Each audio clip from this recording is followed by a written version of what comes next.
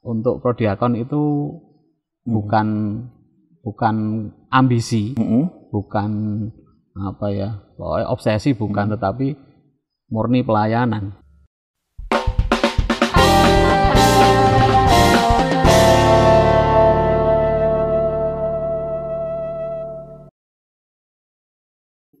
Selamat malam dan berkah dalam, kembali lagi ke podcast Komsos Paroki Santa Teresia Sedayu. Kali ini kita akan membahas tentang menjadi pelayan masyarakat dan gereja. Hari ini kita sudah kedatangan narasumber. Beliau mempunyai banyak kesibukan ada di masyarakat dan di gereja. Di masyarakat beliau saat ini menjadi kepala dusun, memegang amanah dari masyarakat. Di gereja saat ini beliau juga aktif bertugas sebagai prodiakon. Tentunya dari dua hal itu, beliau juga mempunyai kesibukan yang lainnya. Nah, di samping kita ini sudah ada clue-nya. Nanti akan dijelaskan lebih lanjut oleh beliau. Siapakah dia? Dia adalah Pak Benny. Pak Benny bisa perkenalkan diri terlebih dahulu? Terima kasih Mas Agung. Nama saya Benediktus Rinto Danarto, biasa dipanggil Benny. Pak Benny ya? Ya, Pak Benny.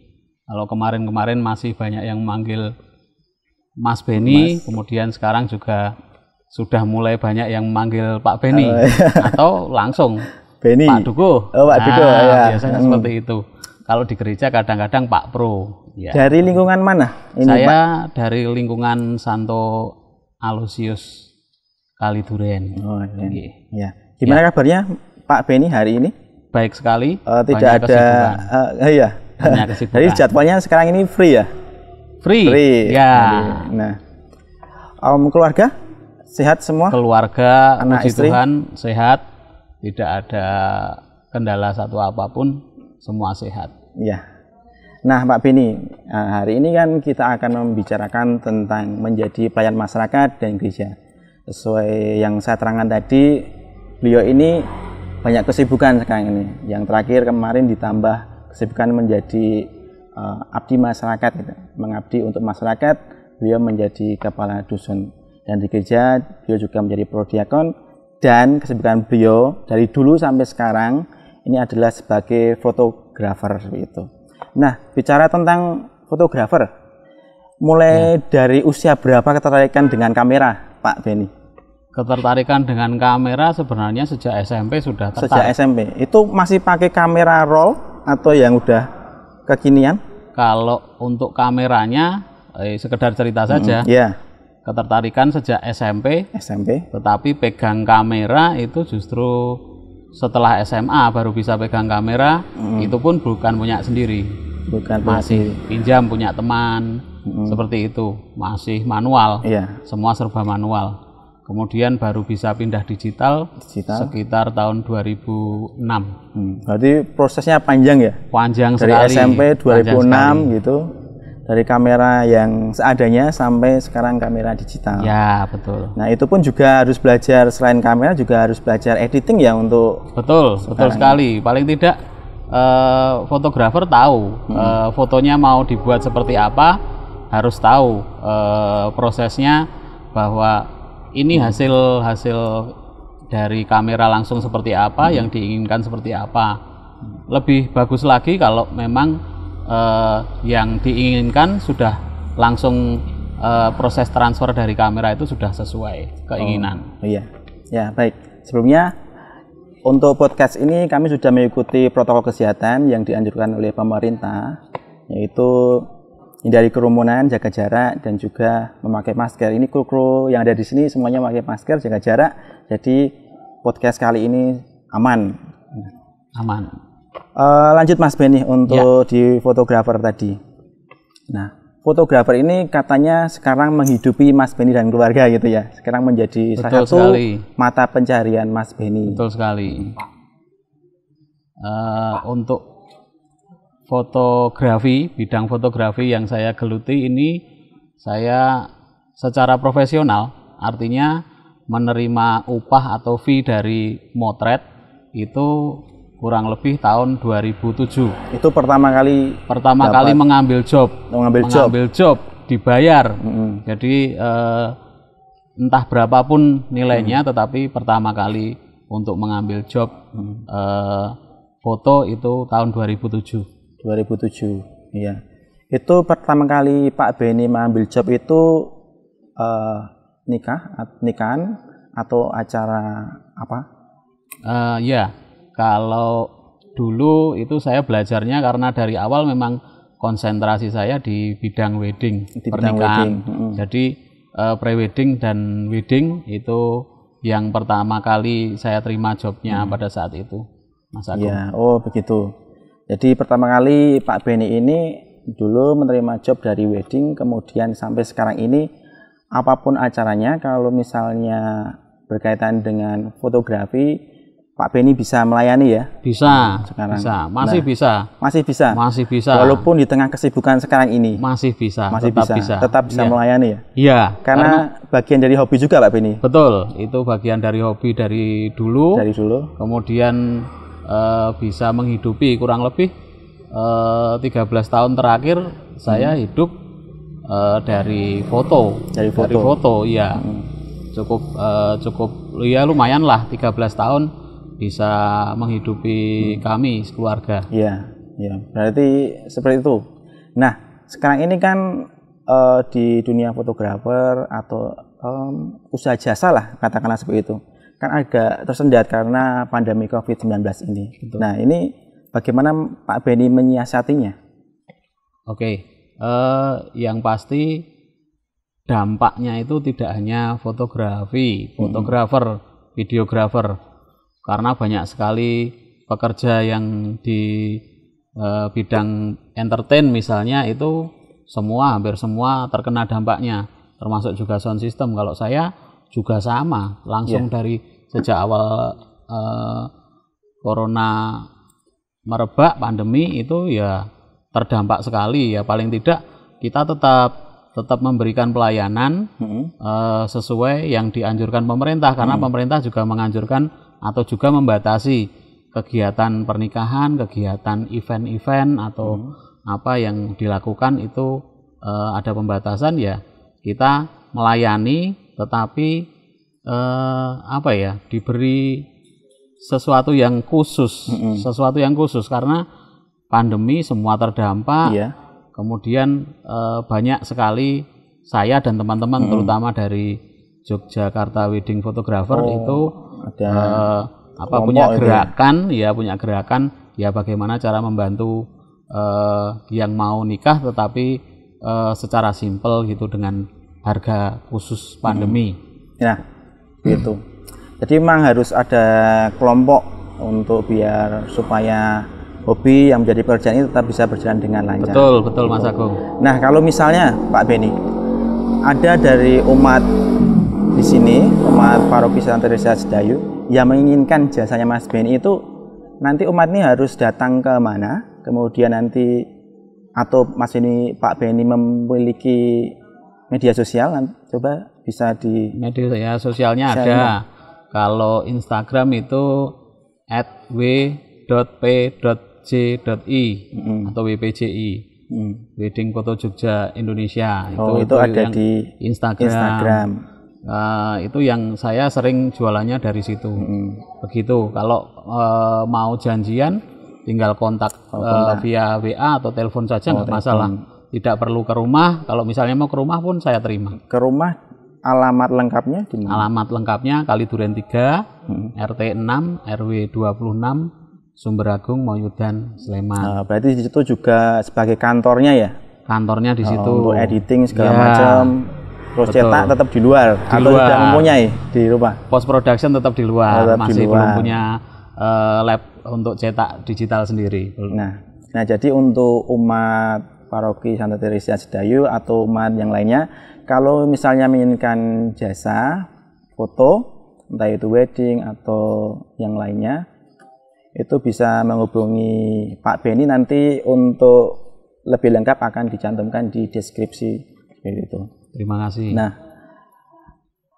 pengalaman yang menarik Pak Benny saat Pak Benny ada di wedding, mungkin pengalaman menarik saat fotografer. Menjadi fotografer ya? Menjadi fotografer. Pengalaman menarik itu kalau kita bisa kenal klien calon klien, kemudian menjadi klien beserta keluarganya, bisa kenal baik, itu foto momennya akan dengan sendirinya muncul. Ungkapan kegembiraan itu di foto juga muncul, kemudian ungkapan kesedihan atau terharu itu juga akan muncul saat di foto. Kalau kita punya keterikatan atau sudah kenal, kemudian punya keterikatan seperti itu, lebih mudah untuk pengambilan gambar, juga hasilnya dengan sendirinya akan chemistry-nya lebih bagus, emosinya akan keluar sendiri, tidak perlu diarahkan pun sudah pasti gambarnya sudah bagus. Itu Mas Agung. Untuk perekaman video, apakah juga melayani? Perekaman video saya bekerja sama dengan teman-teman. Jadi tetap bisa lah ya. Tetap kalau bisa. misalnya umat menginginkan foto dan video. Betul. Di acara mereka bisa dilayani. Bisa. Saya punya rekanan beberapa. Tinggal nanti kita rekomendasikan. Nanti bisa saya kontakkan atau kontak sendiri kepada yang bersangkutan. Nanti tinggal berembuk sendiri atau kita rembuk bersama, nggak masalah. Itu Mas Agung. Ya, berarti untuk fotografer ini memang ahlinya lah seperti itu. Pengalaman udah lama dari SMP sampai sekarang tetap menyukai dunia fotografi gitu. Nah, untuk selanjutnya ini saya sering melihat Mas Benny ini, Pak Benny. Ini sering tugas di gereja sebagai prodiakon ya Mas? Betul, betul sekali. Nah, itu sejak kapan Pak Benny jadi prodiakon? Prodiakon sampai saat ini kurang lebih itu 3 periode. Satu periodenya 3 tahun, kurang lebih 9 tahun. Tetapi 1 tahun. 9 tahun? Ya, tetapi 1 tahun saya vakum tahun 2015. Awalnya dulu tahun 2013. Periode 2013-2015 saya prodiakon itu ditunjuk, kemudian SK-nya itu di paroki Marganingsih Kalasan. Masih di Kalasan, saya tinggal masih di Kalasan. Kemudian 2014 saya pindah ke Kaliduren, kemudian 2014-2015 kurang lebih saya tidak pelayanan prodiakon. Setelah itu 2016 kemudian baru diajukan lagi oleh lingkungan yang di sini, lingkungan Aloysius Kaliduren itu diajukan untuk menjadi prodiakon. Kebetulan yang menjadi romo paroki itu teman saya. Romo Tri. Iya, Romo Tri. Kepala pastor sekarang. Iya, itu makanya begitu melihat ada nama yang familiar di situ, langsung ACC, langsung ditandatangani saja. Tidak perlu lama-lama. Wah, itu ya gimana ya? Saya untuk prodiakon itu bukan ambisi, bukan obsesi, bukan, tetapi murni pelayanan, karena satu pengalaman yang menggugah saya untuk mau ditunjuk sebagai prodiakon itu tahun 2012. Saya masih di Kalasan. Paroki Kalasan, Stasi Maguwo. Itu di perumahan, salah satu perumahan itu ada satu prodiakon, usianya kurang lebih 68 tahun. Berarti itu ya menginspirasi Pak Benny untuk menerima panggilan menjadi prodiakon. Betul, karena 68 tahun, usia 68 tahun, pada saat itu ikut dalam melepas jenazah. Itu dari Maguwo. Pemakamannya itu di Turi. Dari Maguwo ke Turi. Iya, di Turi. Sampai sana pun beliau masih dengan rela, dengan ikhlas hati, dengan pakaian liturgis, alba komplit itu, sampai ke makamnya. Itu luar biasa menurut saya. Dan kenapa tidak ada orang yang muda yang mau untuk menggantikan beliau yang 68 tahun masih mau melayani? Saat itu yang muda. Umur berapa Pak Benny? Kurang lebih kalau ditarik dari sekarang dikurangi 9 ya umur 30. Umur 30 pertama kali bertugas menjadi prodiakon di Kalasan ya? Ya kurang lebih itulah sekitar umur 30 atau 31. Wah, menarik sekali ini. Ya. Jadi umur 30 ini Pak Ben ini sudah bertugas sebagai prodiakon di Paroki Kalasan. Nah, inspirasinya dari mana? Dari Simbah tadi ya? Ya. Simbah umur 68 tahun. Namanya Pak Ignatius Budi Wiranto. Itu beliau pensiunan Angkatan Udara. Dan sampai sekarang masih sugeng. Semangatnya luar biasa untuk pelayanan kepada sesama di gereja. Iya. Sampai sekarang Pak Beni ini selain di Prodiakon di gereja ini juga ada tugas apa lagi selain Prodiakon? Kalau di gereja itu Prodiakon, kebetulan juga saya masuk tim pelayanan Prodiakon sebagai koordinator. Jadi koordinator Prodiakon separoki. Jadi untuk koordinasi, untuk pembagian tugas, saya bertanggung jawab sepenuhnya terhadap pembagian tugas dan terlaksananya peribadatan di paroki ini. Tidak hanya di gereja, mungkin juga di kapel-kapel. Kalau di kapel Kaliduren itu saya ada tambahan lagi karena pandemi ini yang kemudian mengharuskan atau mensyaratkan usia 10 sampai 60. Ya. Pada saat itu setahun yang lalu itu kosternya Pak Ngadio itu usianya sudah di atas 65. Akhirnya saya yang ya mau tidak mau, bukan terpaksa juga ya, mau siapa lagi kalau enggak yang lebih muda ya saya ikut juga jadi koster di kapel Kaliduren gitu, Mas Agung. Nah, tadi dengar kapel di Kaliduren ya. Ya. Nah, untuk lingkungan yang memiliki kapel berarti otomatis Prodiakon itu tugasnya lebih banyak ya, karena selain pelayanan di gereja juga menjadi pelayan di kapel juga ya. Betul Nah, sekali. itu kalau di Kaliduren itu setiap hari apa? Kalau di Kaliduren itu sebelum pandemi itu mungkin 2 minggu sekali ada misa di kapel, pelayanan, kemudian juga kirim komuni. Tetapi di lingkungan juga tentu saja banyak sekali karena kita terlibat paling dekat itu ya dengan lingkungan. Lingkungan kegiatannya apapun, ada seripah, ada pernikahan, ada memulai, ada ibadat apapun, sakramentalipun juga kita harus terlibat. Seperti itu, Mas. Nah, ini Pak Beni, sebelum pandemi dan setelah pandemi itu kan pelayanan gereja itu kan semuanya berubah total. Yang tadinya misa offline jadi online. Kemudian pelayanan juga tetap dibatasi umatnya. Betul. Nah, yang Pak Beni rasakan di masa pandemi ini sebagai Prodiakon, pelayan masyarakat, pelayan gereja itu bedanya apa? Dan yang bisa memotivasi Pak Beni untuk oke, saya harus melayani masyarakat seutuhnya itu seperti apa yang dirasakan? Ya, bedanya mungkin kalau di masa pandemi ini karena banyak yang tidak bisa pergi ke gereja. Iya, untuk usia-usia tertentu di bawah 10 tahun, di atas 60 tahun. Kalau kemudian sekarang setelah pasca ini sudah ada ketentuan boleh usianya tidak ada pembatasan, tetapi harus disyaratkan sehat, tetap mematuhi protokol kesehatan, seperti itu. Yang kemudian menjadi motivasi ya karena banyak umat yang kemudian takut ke gereja, nanti berangkat ke gereja ketularan COVID, atau di jalan ketemu teman atau siapa kemudian yang sudah lama kemudian bisa tertular dan sebagainya, dan itu justru menjadi ketakutan umat sekarang. Takut untuk berangkat ke gereja, atau mungkin juga malah terlalu nyaman dengan online. Sudah online saja. Gitu. Tetapi online itu kadang-kadang bisa diartikan kemudian pas misa gitu bisa ditinggal kemana-mana. Wah, tadi kompor belum dimatikan, matikan kompor. Kemudian pompa air belum dimatikan, matikan dulu. Itu di sela-sela misa.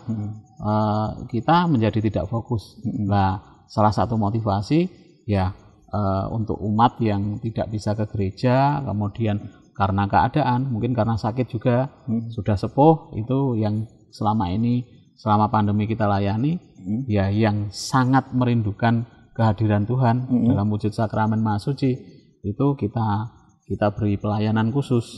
Kalau yang lain, yang muda, mungkin keluarga muda juga kita dorong supaya ayo toh ke gereja supaya juga apa ya, imannya juga semakin tebal, bahwa Tuhan itu ada di tengah-tengah pandemi ini, bukan terus kemudian merasa sudah cukup dengan online saja, tetapi aslinya apa ya, butuh kehadiran langsung offline itu, dan juga malah justru banyak orang-orang lansia, orang-orang sepuh itu malah pengen sekali kerinduan berangkat, gitu ya. pengen sekali berangkat, tetapi keterbatasan mungkin karena tidak punya kendaraan, jauh dari gereja, kemudian tidak ada yang mengantar, atau sakit, atau ada keterbatasan pandangan kalau jadwal ekaristinya sudah sore atau sudah malam, gitu Mas. Jadi apa ya, tetap harus memberi motivasi kepada semua umat. Dan misa online pun juga ada tata caranya ya Mas ya? Betul. Tata caranya bisa diterangkan ke umat mungkin tata cara mengikuti misa online. Sebenarnya Mas Agung, untuk misa, kita mau mengikuti misa online sebenarnya hampir sama. Kita harus mempersiapkan diri juga. Tidak serta-merta kemudian karena misa online kita sembarangan. Karena kita tidak dilihat oleh yang lain kemudian pakai celana pendek saja, pakai kaos saja. Ya kita, kalau kita niatnya harus apa ya, mau bertemu dengan Tuhan, ya kita harus layak menghadap Tuhan itu seperti apa, harus layak secara pakaian. Kadang-kadang karena merasa online, katoan cekak, pakai kaos saja gitu. Sini ada minum, ya makan, itu, cemilan. ya jangan sampai seperti itu. Tetap seperti kalau kita misa offline, tetapi hanya kita tidak berangkat ke gereja. Waktu untuk kita perjalanan menuju gereja itu bisa digantikan dengan persiapan di rumah, persiapan batin, mungkin berdoa, itu akan menjadi lebih baik, bisa menerima apa ya, sabda Tuhan dengan baik. Apalagi kalau sebelumnya justru malah bisa sudah membaca bacaan untuk pas ekaristi, itu akan menjadi permenungan yang luar biasa. Menurut saya begitu Mas. Dan syukur-syukur di situ ada salib, ada lilin, gitu ya. Ada diusahakan Bunda Maria di situ. Kita tetap menghadap ke salib, ada lilin juga. Pokoknya seperti kita menghadap altar gitu ya. Persis. Kita menghadirkan altar itu di rumah kita untuk apa ya? Sebagai wujud apa yang kita hadapi itu kurang lebih sama dengan kita berangkat ke gereja offline, ekaristi offline gitu, Mas Agung. Selalu ada bunga. Oh iya, boleh, tidak masalah itu. Dia kreasi pribadi ya.